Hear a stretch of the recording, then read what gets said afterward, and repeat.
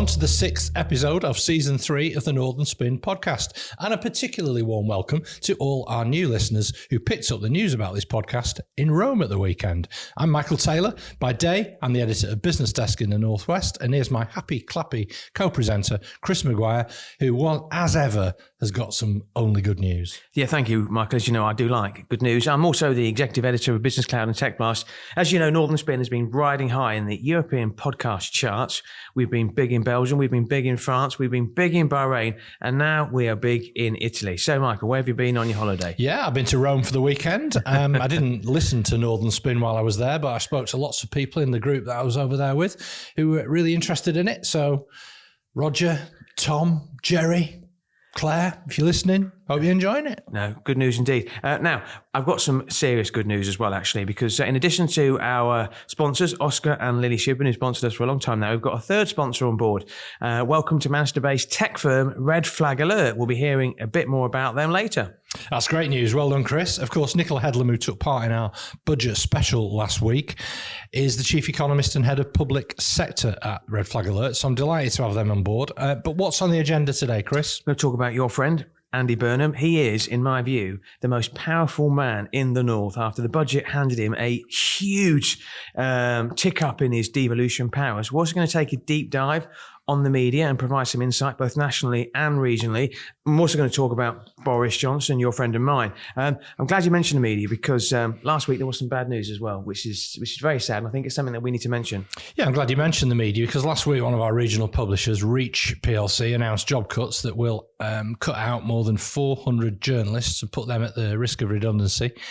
That's obviously a big worry for them, and it's a big worry for communities. I think newspapers, local media outlets, be it on a website or whatever, provide a really useful output. And yeah, that's something to worry about. And what they've done is they've put like 400 jobs at risk. They reckon 192 journalist jobs could go. Now, 192 journalist jobs from what is already a thin group of journalists is a real worry. And all that does is just waters down the quality of journalism that goes out there. But we've got some thank yous, as always. Yes, we definitely have got some thank yous, starting with What Media, our expert producers of this podcast every week. They're the kings of video content creation, and they sprinkle that magic stardust every week to turn our ramblings into the hit podcast that it is. So thank you, What Media.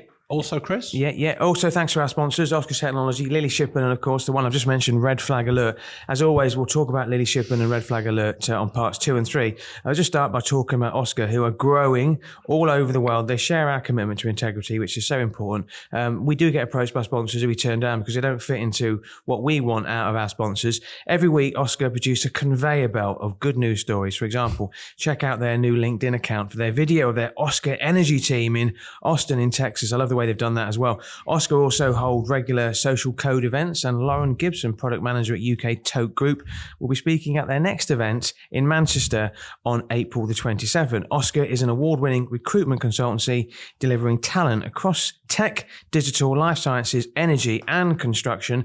I always like to give a quick shout out to a new listener as well. And I spoke to Isabel Patton. She's a formidable lady, actually. She's at UA 92. I'm doing an event there this week. She's an amazing lady and she loves the podcast. So thank you very much to Izzy and thank you very much to our new listeners. So Chris, we touched on this a little bit in our budget coverage on Thursday last week with Nicola Headlam. I think it's worthy of further discussion as we've all had a chance to devour over the weekend a little bit more about the devolution deal that Andy Burnham did with, and Andy Street did in the Midlands as well, with the government that was announced in last week's budget.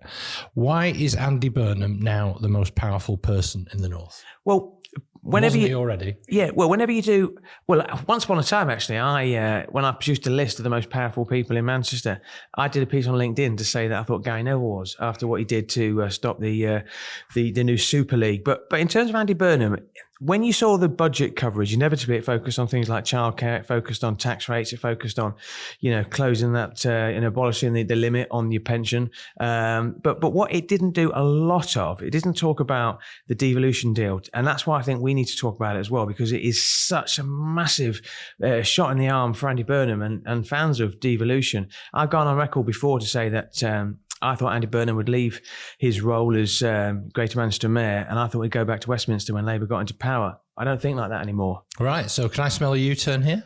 I wouldn't say it's an out-and-out U-turn, and if I was a politician, I would deny it was a U-turn completely, but it's yes and no.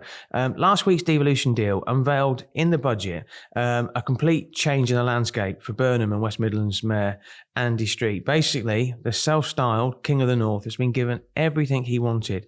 But I think it's important for the benefit of our listeners just to look at some of the powers he's been granted. So Greater Manchester will have more powers over transport, housing and technical education. For the first time, the city region will effectively be treated like a government department, with Mayor Andy Burnham given full control over a huge pot of finance. It means also that buses, trams and local trains could be brought under one public transport system, similar to London's, similar livery as well. So this B network, the yellow and black transport system across trains, buses, bikes, taxis, that's something, the optics of which Andy Burnham's been in favour of for quite a long time. Greater Manchester will also be able to create the country's first integrated technical education system, giving leaders more influence over the local labour market. What else? Yeah, it's just a long list. The government's also pledged to give the city region more financial freedom in future with a single settlement to be agreed for several years. That's so important because what they've complained about for a long time is they get these settlements, but they keep having to go back to the pot. They've got no financial security because it doesn't last many years. But they're going to say to them, look, they're going to give them more ability themselves to handle their own finances for a longer period of time. Put simply, what it does, it gives the Labour mayor, but also Andy Street, it gives them the freedom to spend the money Greater Manchester gets from the government according to their priorities and not the government's. Now, the payback, of course, is that Andy Burnham and the 10 council leaders will be more accountable. The reason this is so important is this is what Andy Burnham's been demanding for a long time, and this is the reason why I don't think he'll walk away from his role as Greater Manchester mayor to go back to Westminster, because he's got what he always wanted. Now, I think your mate, Andy Burnham, is now the most important man in the North. I exclude ourselves from that. I also think, as I said earlier, it squashes the idea that he'll ever return to Westminster. Do you agree? Well, your mate, for those of you not watching on YouTube, is me rolling my eyes at that. So you describe Boris Johnson as your mate, and then you describe Andy Boris Burnham Johnson's as not my your mate. mate. No, you do. No, you he's say not, to not me, my mate. your mate Boris Johnson. Okay. And then you say your mate Andy Burnham. Yeah, now, you know I quite like Andy, and I've worked with him. And in the past. you hate Boris. And I don't hate anyone, but I don't like Boris Johnson. So you need. What is it? Which one's my mate? And okay, your mate is Andy Burnham, your nemesis, and the person that we both dislike, for the sake of for full disclosure, is Boris Johnson. Okay, so the semantics of the use of the phrase "your mate" has now taken up far too much time. No, but seriously, Chris, I do want to look a little bit closer at the accountability issue and the, as Jeremy Hunt described it, enhanced approach to accountability. So London's mayor is scrutinised by an elected London Assembly. The Metro mayors thus far are pretty much autonomous single bodies with no opposition. There's no shadow mayor, there's no shadow cabinet, there's no alternative government holding them to account. So what we've got now is a super scrutiny committee to act as a check and balance on policy as a result of some work that Clive Memmott from Greater Manchester Chamber had done. Because one thing just to reverse back on as well, local government, councillors in particular, they're really badly paid. They hardly get any money, which is why there's a real imbalance towards retired people who can do it in their spare time just to keep them ticking over and keep them active in civic life.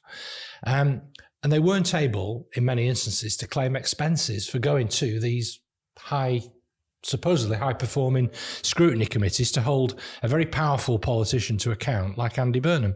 That's changed, and they are going to get recompense for doing that. So hopefully, being the chair of the Greater Manchester Scrutiny Committee will be a much coveted, sought-after role, and it has to be an opposition politician. It has to be a Lib Dem or a Tory. So it could be someone like John Leach, who's a massive pain in the backside on Manchester City Council, given he's only one of 2 or 3 Liberal Democrats. Could be a Green councillor, actually. So, that's up for grabs. As a condition of the deal, Andy Burnham and the portfolio holders for each of the 10 policy areas have committed to attending, and this is quite a lot of scrutiny, a council meeting in each borough of Greater Manchester in the course of a year, so 10 council meetings.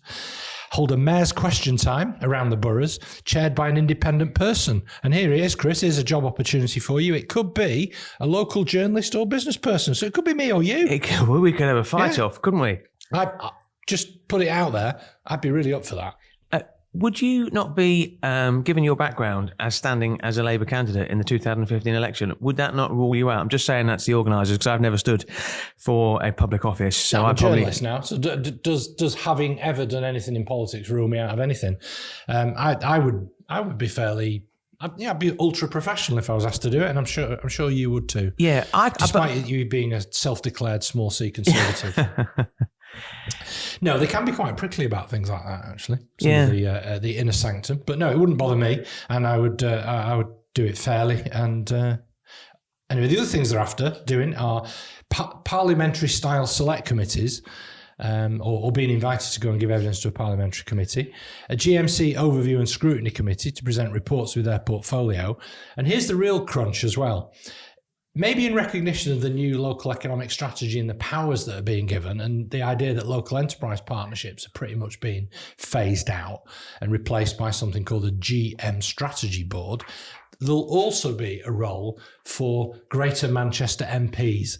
To me, that was a direct sop to Tory MPs like Chris Clarkson, James Daly in the outer boroughs of Greater Manchester, in Bury North and Haywood and Middleton, or William Ragg down in Hazel Grove, or Mary Robinson in Cheadle, Tory MPs who want to give Andy Burnham a hard time now that he's got all this extra power.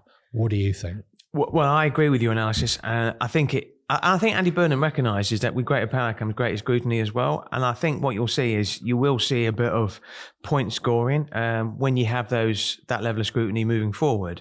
But I think it's a price worth paying, and Andy Burnham recognises that as well. I think what's important is to recognise how far Andy Burnham's relationships come in recent months. So he obviously clashed with your non-friend and my non-friend Boris Johnson's government over the tier system during COVID. Liz Truss, remember her, called Burnham a miserablest mayor in the leadership campaign. That was just to try to appease her, the Conservative membership. He's got a much better relationship. He's got a grown-up relationship with Rishi Sunak. I think the key person is the Levelling Up Secretary, Michael Gove. I think Michael Gove gets it. I think what's important is that there's this sort of tacit acceptance that the Tories have only got 18 months left in power, and Labour have already committed to devolution moving forward. That's why this is ring-fenced. I just look at Andy Burnham. Andy Burnham is authentic. He's just been on a high-profile trip to the US. We spoke about it briefly on last week's podcast, the budget special. He spoke on live American TV. He's been endorsed by Mike Bloomberg on Twitter. He had a meeting with the mayor of New York, Eric Adams. I mean, these are big things. This is the sort of thing that the mayor of London does. He's making sure Manchester's got a place at the top table. Now, Andy Burnham has been tweeting a lot recently. His brother, who's a teacher, his school's just got an outstanding Ofsted report, and also Everton got a cheeky little 2-2 draw against Chelsea. So he's been prolific on Twitter. But he did tweet his thanks to Michael Gove and the Levelling Up Minister, Deanna Davison. He said, this is a good deal of Greater Manchester. The thing about Andy Burnham, and I think he's always been like this, he gets the value of cross-party politics. He gets the fact that he's got to work with the likes of Michael Gove and Deanna Davison as well. And the benefit is what you're seeing in this devolution deal. It's the opposite of Teesside Tory Mayor Ben Blocker-Houchin, who just doesn't want to engage with opposition parties. Do you think Andy Burnham has taken his game to a new level? I think he's been given the powers that have given him the opportunity to take it to a new level. I think there's going to be a lot of emphasis now on delivery, because there's a lot expected of these powers that he's been very successful in campaigning for. I agree with you about working cross-party. I think he's always reached out to, he's got in his cabinet the Tory leader of Bolton and Mark Hunter, the Lib Dem leader of Stockport, in his cabinet. He doesn't treat them any differently. He invites them along to meetings before the political leaders' meetings before the full GMCA, in view of the public. He's after he won his first election, he invited Sean Anstey to be one of his deputy mayors for skills, because he recognised that Sean had great reach and talent and was an excellent politician, even though he'd obviously been in his opponent through a fairly feisty leadership election. So yeah, I think he's done well. I mustn't forget. when Richard Leese was commenting about the whole race to become the mayor of Greater Manchester, he didn't put himself forward, which people were surprised about at the time. And he said he didn't want to do it because it was just a PR role, standing on the end of red carpets. And he said he only reluctantly agreed to the establishment of the role of mayor as a price to pay for the deregulation of the buses. I think actually he's proved it all wrong. So he's done the whole red carpet thing and visiting America, and he's very, very good at that sort of thing. Hanging out with Kamala Harris's husband and all that sort of stuff. What they call the first gentleman. Yeah. Who apparently is a Man United fan and a New Order fan. So. Well, I mean, one out of two. I mean, Andy Burnham will like the New Order. I think didn't Andy Burnham go to a concert at New Order? New Order were performing at South by Southwest where they launched the Beyond the Music Festival as well. So the challenge now is two things. It's delivery, but it's also the onward momentum of devolution. So I was in Rome last week on a weekend break, and I happily paid a €14 tourist tax on top of my hotel bill. This week, Carlisle MP John Stevenson chairs the Northern Research Group of Backbench Tories, said the important principle of devolving taxes such as business rates and council tax, as well as introducing a tourism levy, could be a huge win for Cumbria and the Lake District and would be a significant step forward. So that's the opportunity for more fiscal devolution, for more powers to be going and more money and creation of new taxes. But with that comes potentially unpopularity, as we found out with the clean air tax. Nobody wanted to pay it, and there was an open revolt, and everybody backed down really quickly. So that's the nature of the powers. And the government have said that there are other deals that could follow, but I frankly can't see Lancashire and Cheshire getting that level of power anytime soon. What do you think? I agree. I mean, I spend a lot of time holding events across the north. I live in Lancashire. I'm passionate about Lancashire. The thing is that I hosted a couple of events recently, and we were talking about Andy Burnham. And the thing is, the government are talking about there being more devolution deals. For there to be proper devolution, there's got to be an infrastructure in place that can support the decision-making process. Now, if you look at Andy Burnham, when he became the mayor, there was this infrastructure already in place. There's a Greater Manchester Combined Authority, GMCA, which is made up of the 10 Greater Manchester local authorities. That was preceded by AGMA, the Association of Greater Manchester Authorities. Have you been reading my thesis? I read it, actually. Yeah. I read it every night when I'm struggling to sleep, Michael. Cool. Now, if you compare and contrast that with what happened when Steve Rodman became the Metro Mayor of Liverpool, he literally had, and Steve, if you want to come on the show and tell us what you literally had, one man and a phone and not much else. There wasn't the support that exists behind Andy Burnham as well. I was talking about Lancashire again, and I raised it with a couple of people in the know, and I said, you know, there's a lot of pressure. Michael Gove spoke about it at the event, the convention recently in the north, in Manchester, about Lancashire getting their act together in terms of devolution. There is absolutely zilcho appetite for a Metro Mayor in Lancashire. And one thing that I was told as well, that in Lancashire, that if there is an elected mayor, it won't be a politician, it'll be a business person because of the fragmented nature of Lancashire. So I think it's great what Greater Manchester are doing. It's great what Andy Street's doing in the West Midlands as well. I think Leeds are doing some really good things as well, but I don't think you're going to see this rollout of real, genuine devolution. Not yet, anyway. Yeah, I don't know why you say that. I trust you that you've that's on good authority. But why do you think it'll be a business person? This often gets touted around about who the next mayor of anywhere is going to be, and it always ends up being a politician. In the exception of Andy Street, who had to become a politician, because they're the people who've got the ground game. They've got the people who deliver leaflets, put party political broadcasts together, and effectively run a campaign that's going to win over a majority of the electorate. I think it could be a business person and a politician combined, i.e., somebody whose history, like Andy Street, is in business. But I don't think it will be a really high-profile business person, a sort of high-profile politician. At least that was the view that I heard from people in the know. It's just an opinion. Yeah, sure. The other thing as well in the small print of the budget is they don't have to be called mayors in the future for these devolution deals, because if that's become a sticking point that Lancashire or Cheshire or wherever else doesn't want one, they can actually be called governors or directly elected leaders. And I think maybe that's what they're driving towards. The trouble is with Lancashire is Blackpool and Blackburn aren't part of Lancashire County Council. It's just a really strange situation. I think the networks and the mature institutions of GM, as you obviously read my thesis and you found out, coupled with a retail politician who knows how to work the media very well and work the public very well, who's used his convening power really effectively, is of a different order that anybody in Lancashire, be it a business person or a politician, would be capable of doing in order to just get a few quid to tart up Preston. You mentioned about talking about Lancashire and a politician or a business person. You couldn't see a Grant Berry doing what Andy Burnham's done in Lancashire because he would alienate Jake Berry. Sorry, Yeah. He desperately would alienate. wants to do it, you know. He would alienate huge swathes of Lancashire. Yeah, he would.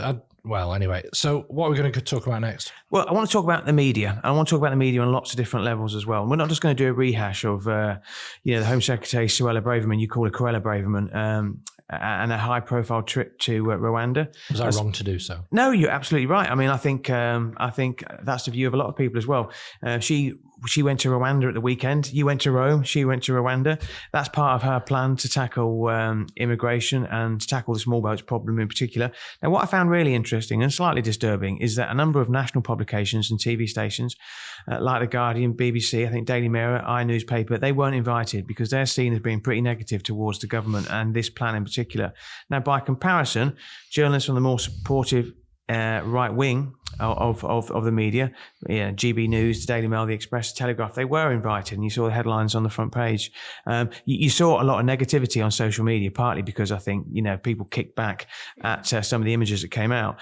I think it's worth explaining as well, and that is what I think we will need to try and do with our podcast, Northern Spin, is the partisan nature of the national press. So before we talk about why we think this approach to Braverman's trip is so worrying, just discuss the partisan nature of our national media. Well, obviously, the Daily Mail, the Daily Express, the Telegraph and the Times are pretty much Tory newspapers. The Daily Mirror is a Labour paper, and the Guardian is in a kind of a mushy, liberal, green, socialist blob somewhere in the middle. And they reflect that. The BBC doesn't. I thought it was more alarming that she wouldn't invite the BBC, but she'd invite Gammon Britain News, which I don't watch. I see clips of it occasionally. It looks absolutely dreadful. And but I mean, what I will say is, despite Suella Braverman taking the client media with her to Rwanda, the enduring image, the coverage that everybody will remember, is her insisting to the press that the European courts will back down, which all the client media dutifully reported. But that terrible photo of her laughing her head off outside a detention camp and describing it as like a bit like Centre Parks, she sounds absolutely deranged. I know. So it's not a good idea to go taking, because it's only going to hack off the people that you don't take, and you get found out eventually. How can you? It's not like it used to be about embedding your favoured media in a war zone. People do have the ability, using social media, to be able to take apart nonsense like that. I think she, and I'm not here to defend Suella Braverman, but I thought some of the treatment of that picture, the way it was cropped, the way it was then, I heard that it was like superimposed on Auschwitz and stuff like that. That particular image. No, Chris, no, that's not fair. You're conflating two completely different things, and I'm 100% with you that superimposing a picture of against Auschwitz is bang out of order.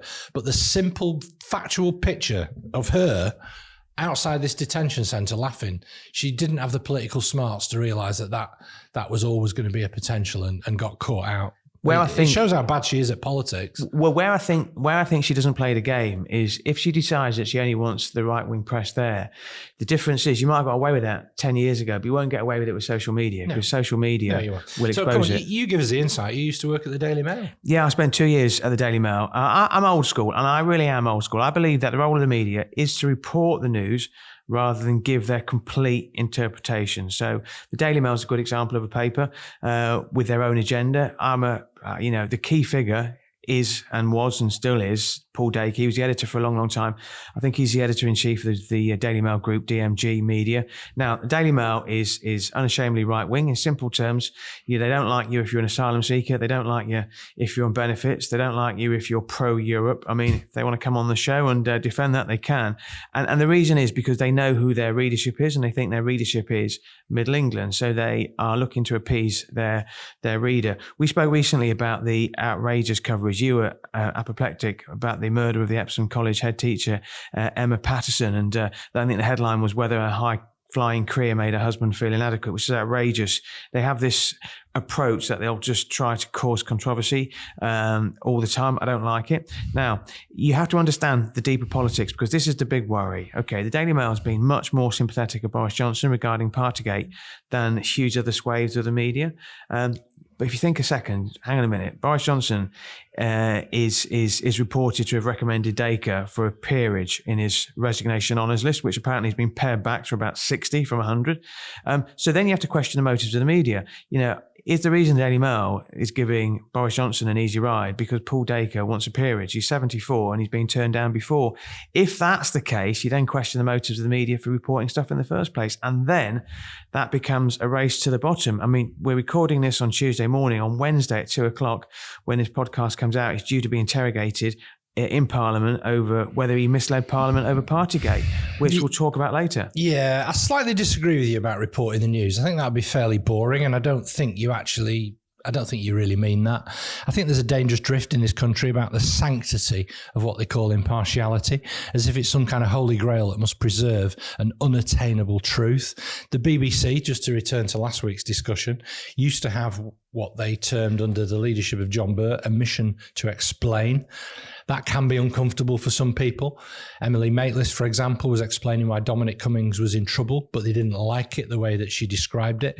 This idea that you make news judgments, what leads the news that day, what comes, what your running order is, how you write a story, all of those are judgments that you make as a journalist in wherever you've been, whether a local newspaper, a website, or on the BBC, or even in the Daily Mail. Every single decision that you make is governed by a set of values. Now, those values could be rigid impartiality and just reporting the facts, but I put it to you that that'd be a pretty dull way of actually reporting the news.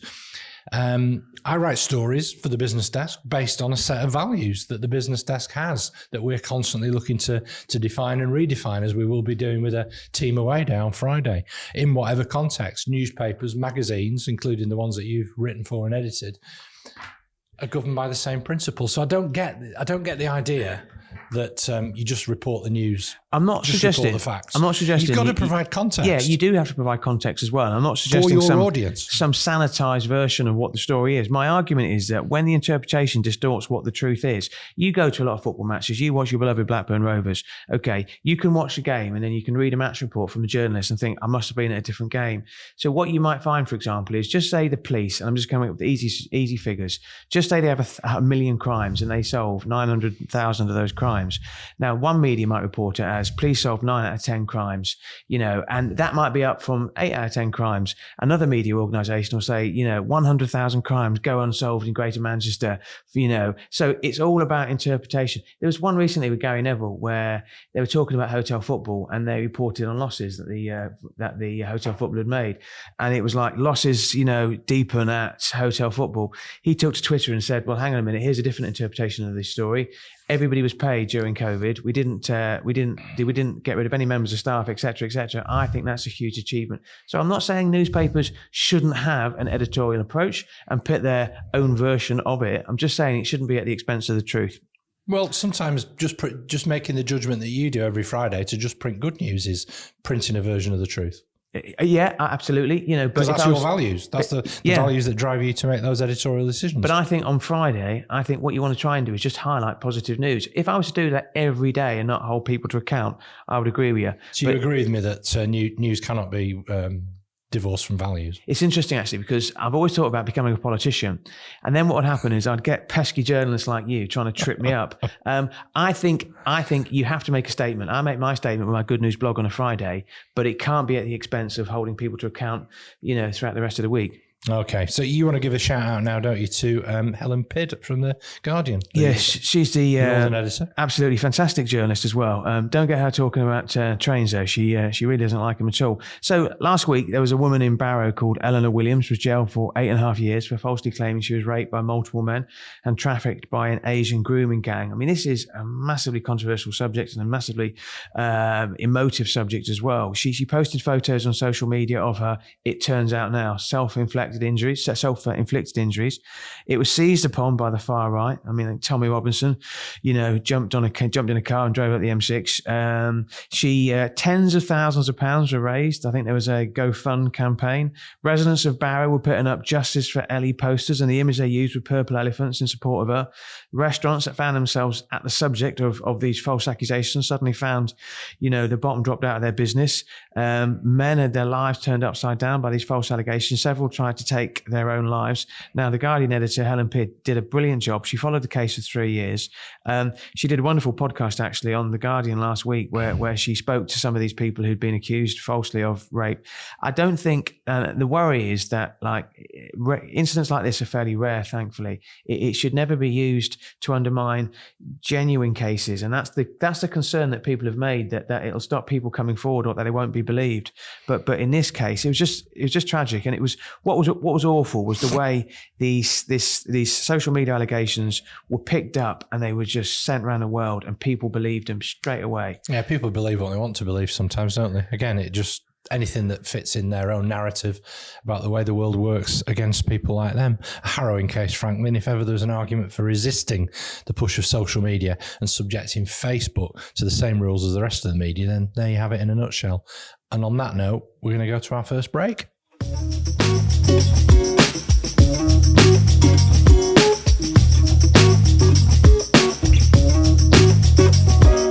Welcome back to Northern Spin. Now, I've interviewed loads of chief execs, MDs, business leaders during my career, and the role of a good personal assistant or executive assistant is absolutely critical. So when it comes to making those big decisions, a lot of them use their PA or their EA as a sounding board. That's right. That's where Lily Shippen come in. They're a specialist recruitment agency for HR and business support staff. They've got bases in Manchester and London. Lily Shippen recruit a range of roles, including executive assistants, personal assistants, office managers, receptionists, HR business partners, and many more. The key with HR isn't just a question of appointing great people, but knowing when to recruit them as well. And that's what Lily Shippen do, whether it's an MD, CEO, or business leader. The name to remember is this, Lily Shippen.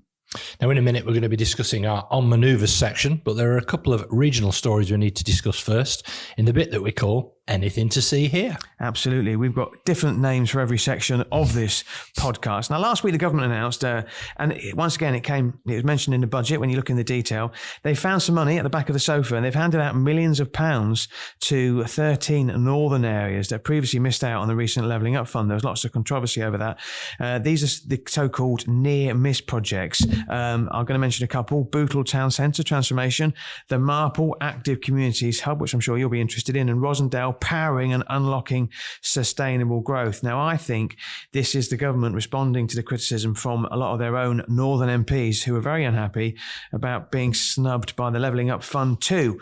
Anything to see here, Michael? Yeah, I think there's quite a lot to see here. I think it's a continuation of that dishing out of begging bowl money. I think we said at the time it was a grotesque parade, and I stand by it. I also suspected at the time that the new library and swimming pool proposal, which is a really good one put together by a cracked team of officers at Stockport Metropolitan Borough Council, was a really good one.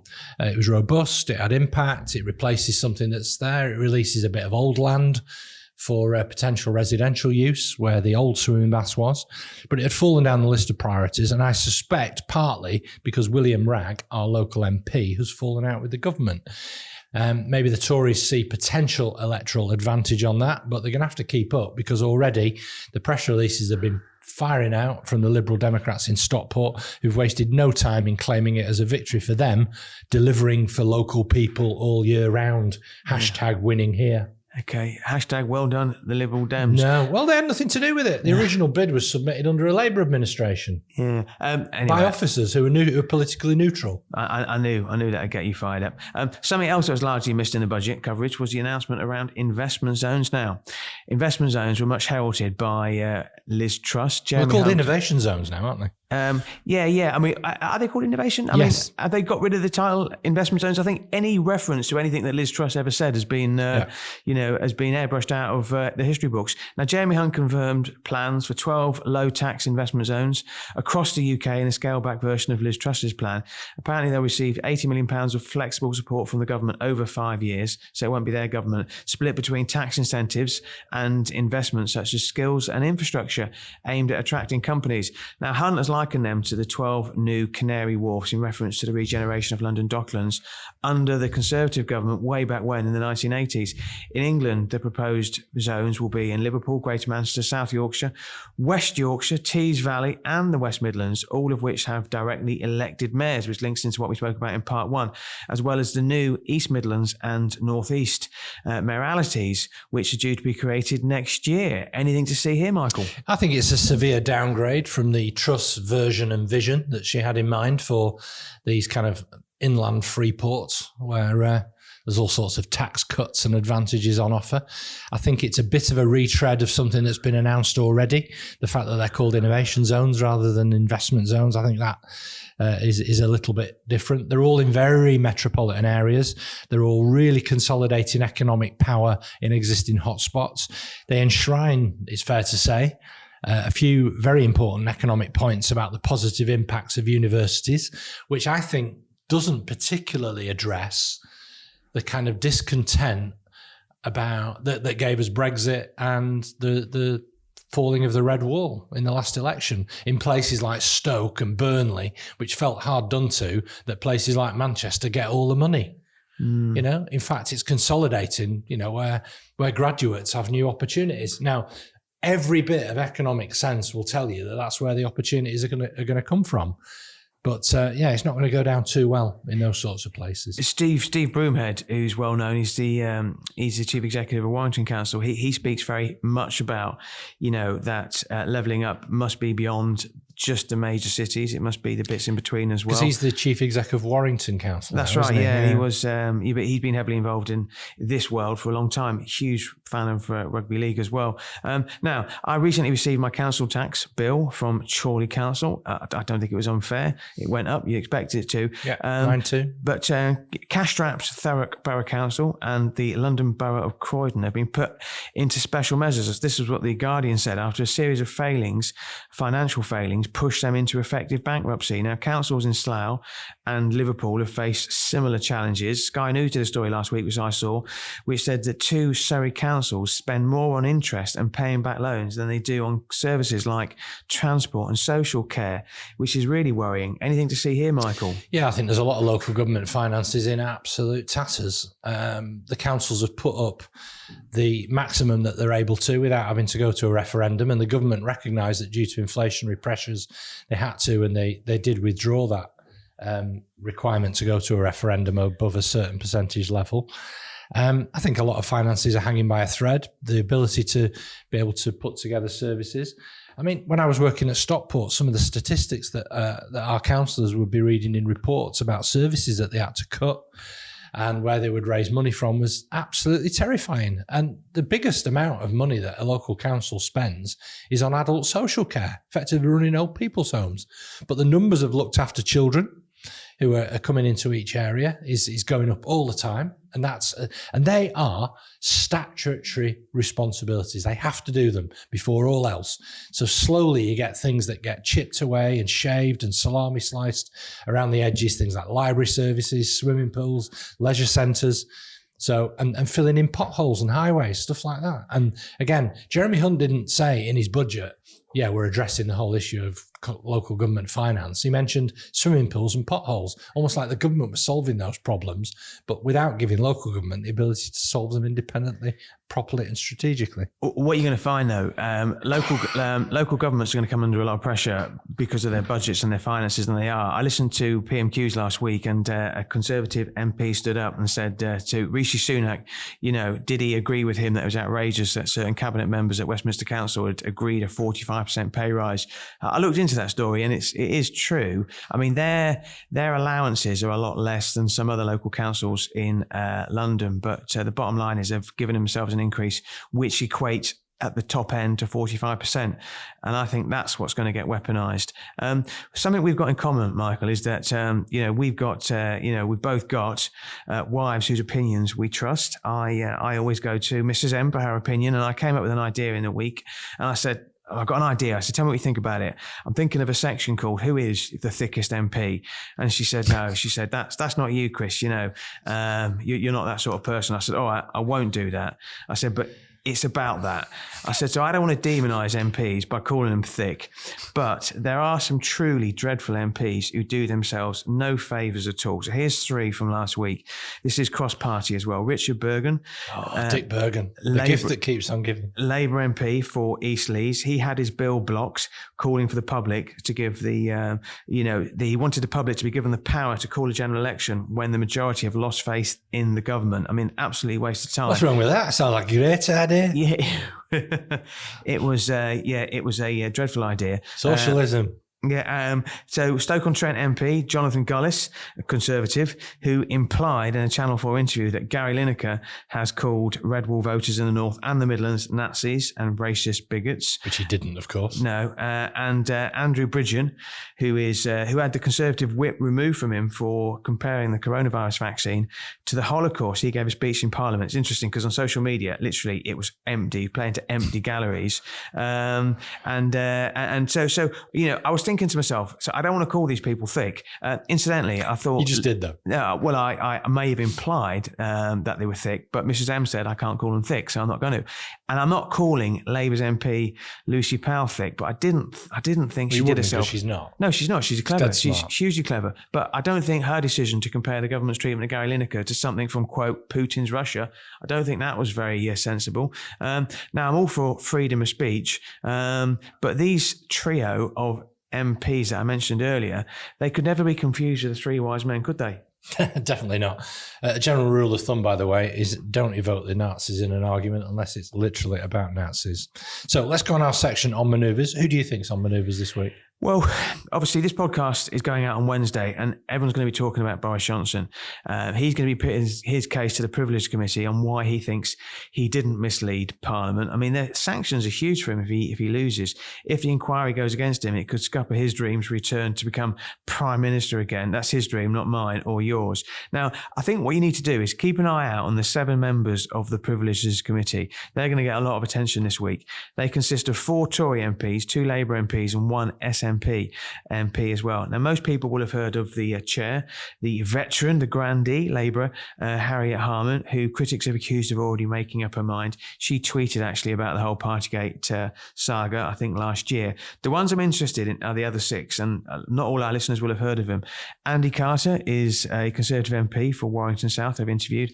Alberto Costa, Alan Dorrans is from the SNP. Sir Charles Walker, who gave that impassioned speech recently about the kerfuffle at the end of Liz Truss's reign in power. Yvonne, how do I pronounce her name? Fotheringham. Yeah, she's Labour. And Sir Bernard Jenkin. Now, I think you'll see a lot of people on manoeuvres around this whole process. You're already seeing Johnson supporters on manoeuvres who are questioning the whole legitimacy of the process, even though 4 of this 7-strong committee are Conservatives. I mentioned earlier, I've interviewed Andy Carter a couple of times. He's the opposite of Scott Benton. He's low profile, understated and talented. I really rate him. And when I was talking to him about Partygate, he literally said, Chris, I can't talk about it because some people have questioned, and I'm one of them as well, while the taxpayer is paying Johnson when I think he's, raked in about £5 million from his speeches. What's your take on the whole situation, Michael? Yeah, I think he's gone full Donald Trump. Desperate, shameless, and his defence, it seems to be, is relying on 5 different planks. 1, that the inquiry is unlawful. 2, that the inquiry is politically biased. So you're effectively doing their job for them by reading out the previous things that people have said or what their allegiances are. So they're trying to undermine and chip away at the credibility of each of the individual 5 members of the committee. He's bringing up some WhatsApp messages showing that he was advised that the rules weren't breached. I mean, give me a break. The general assumption is, again, that at the time that the events were compliant with the lockdown rules and that he acted in good faith. I don't think he ever acts in any other faith than the faith in his own ego and importance. So I think he's banged to rights. Everybody knows it. He knows it. And when he stood up in Parliament and threw Allegra Stratton under the bus for laughing about cheese and wine parties when they were mocking up that press conference about how they defend the indefensible, he claimed at that time that he was appalled when he saw the footage. And then he went on to say that rules were obeyed at all times. We have photographic evidence that he knows that's not true. Now, if he's the person that made the rules, and he's been found already by like the Sue Gray inquiry and others, and he's taken a fine voluntarily, he's banged to rights. He was flat out lying. Definitely not our mate. And on that, let's go for a break.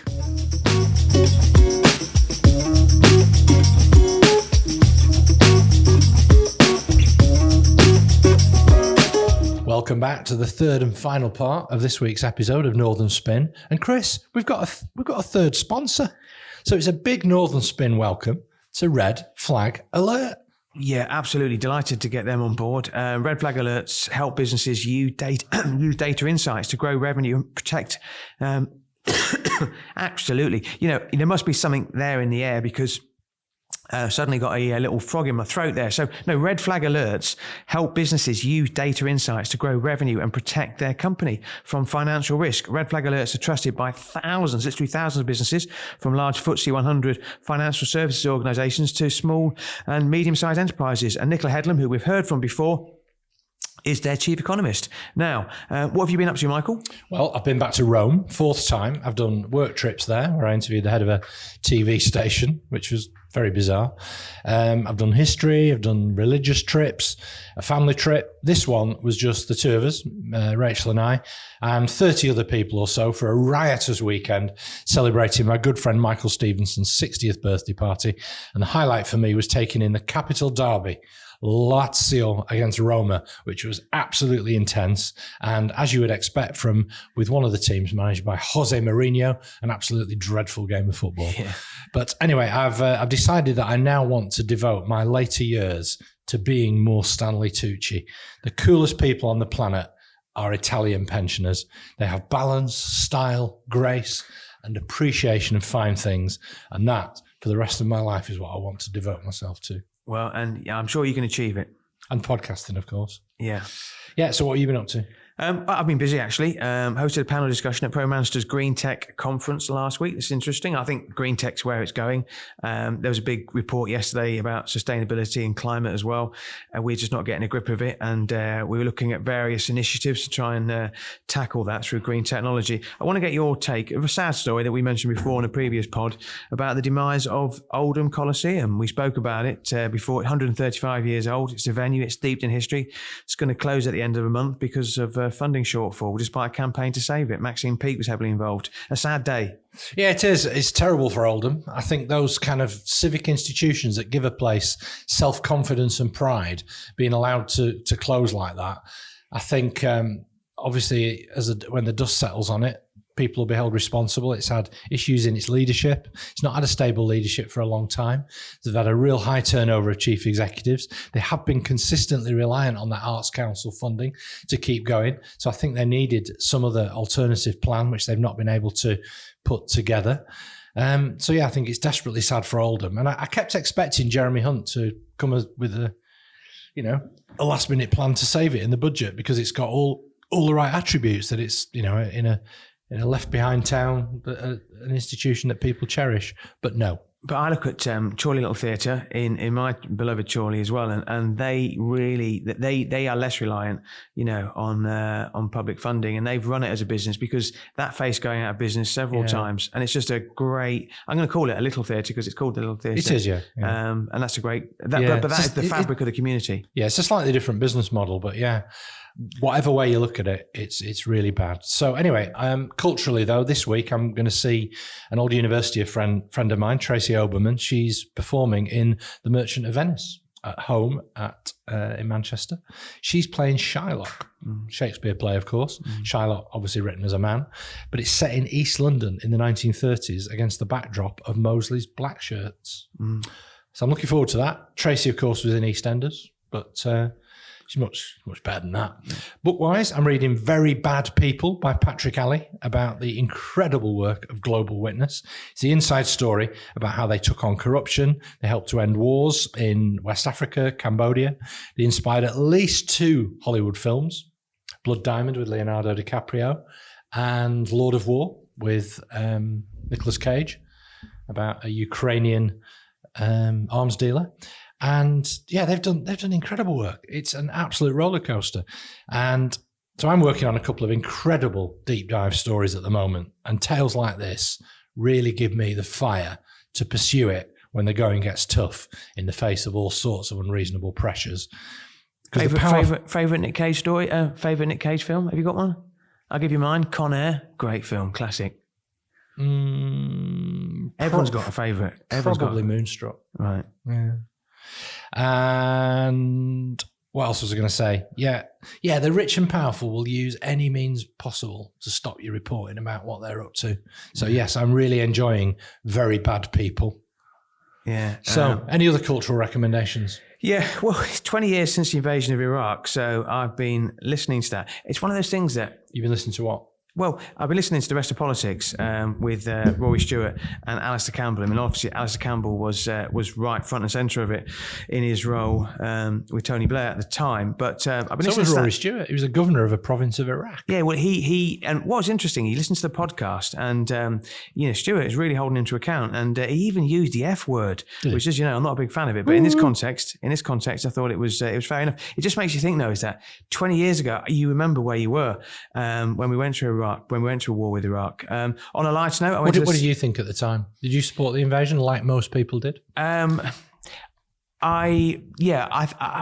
look back on Robin Cook's speech that he gave at the time and what Claire Short said at the time, and I didn't realise just how clever and brave and they were standing up for their principles at the time. Robin Cook's speech has stood the test of time.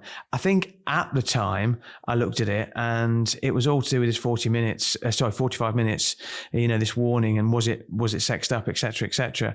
I probably had reservations, but I probably on the balance of probability thought it was probably the right thing to do. Would we do it again? Would I recommend do it again? No. And I think Tony Blair would say the same. What I would say, and this is what comes across in a lot of the podcasts I'm listening to, people look at it with hindsight, the benefit of hindsight. Yeah, of course they do. And what they were doing, they were preventing these weapons inspectors going in. I mean, Saddam Hussein was preventing them going in. So we didn't know what he had at his disposal. It was only after when we had the regime changed that we could see it. The other thing that was interesting is how the UK tried to keep the US, and George Bush especially, because George Bush, he wasn't the warmonger that everyone said that he was. Dick Cheney was. And that's what's interesting. And that's a really interesting insight, I thought. On a lighter note, I do like to go to the cinema, and I watched the latest Lily James film, What's Love Got to Do with It? Now, this is a really, really good film, actually. It's a rom-com. It explores the issues of arranged marriages, but it does it in a really sort of comedic way. It looks at the different approaches to love and marriage between Western and Pakistani cultures, but it throws at real society questions as well. The memorable part, even beyond the film, was that as we walked in, there was this woman at the back of the cinema, and on a really, really loud voice, like Dom Jolly, was shouting at the person who was sitting in her seat, saying she paid for this seat and she needed to go. And then the staff waded in. They held up playing the film to sort this out, even though there were probably 12 empty seats in the cinema. I don't understand some people. Which sometimes. cinema was that? It was at Middlebrook. It was View at Middlebrook. Right. Well, my advice to you then is don't go to Middlebrook. Yeah, but I mean, that's to say that this woman won't go to other cinemas. You should go to an independent cinema, such as the Light Cinema, which they have in Bolton. Have you been to that one? I don't think I have. No, I don't think I have. They're really good. They've got one in Stockport as well, and it's one of the best and most comfortable cinematic experiences I've ever had. By choice, I tend to go to our single screen cinema, which is probably got a similar ambience to Chorley Little Theatre that we've got in Marple, where they just show one film for, and sometimes if it's really successful, 3 weeks at a time. Anyway, you won't get this, but my other cultural recommendation for you is a new shop opened on King Street in Manchester called Microdot. It's a veritable oasis of musical delights. It's curated by a designer called Brian Cannon, the man who designed some of the best album covers of Britpop in the 90s. He's a really interesting guy, great stories, great portfolio, and a brilliant collection of musical artifacts. So that's it for episode 6 of season 3 of Northern Spin. We're on Apple Podcasts, so please review us. Don't forget to press the subscribe button if you do so. Follow up on Twitter at @Northern_Spin1 or watch us on YouTube. Thank you to What Media for recording this podcast. To our sponsors, all 3 of them, Oscar Technology, Lily Shippen, and Red Flag Alert. Thanks, as ever, to Elliot Taylor for providing the music. My name is Michael Taylor. And as always, my name is Happy Clappy Chris Maguire.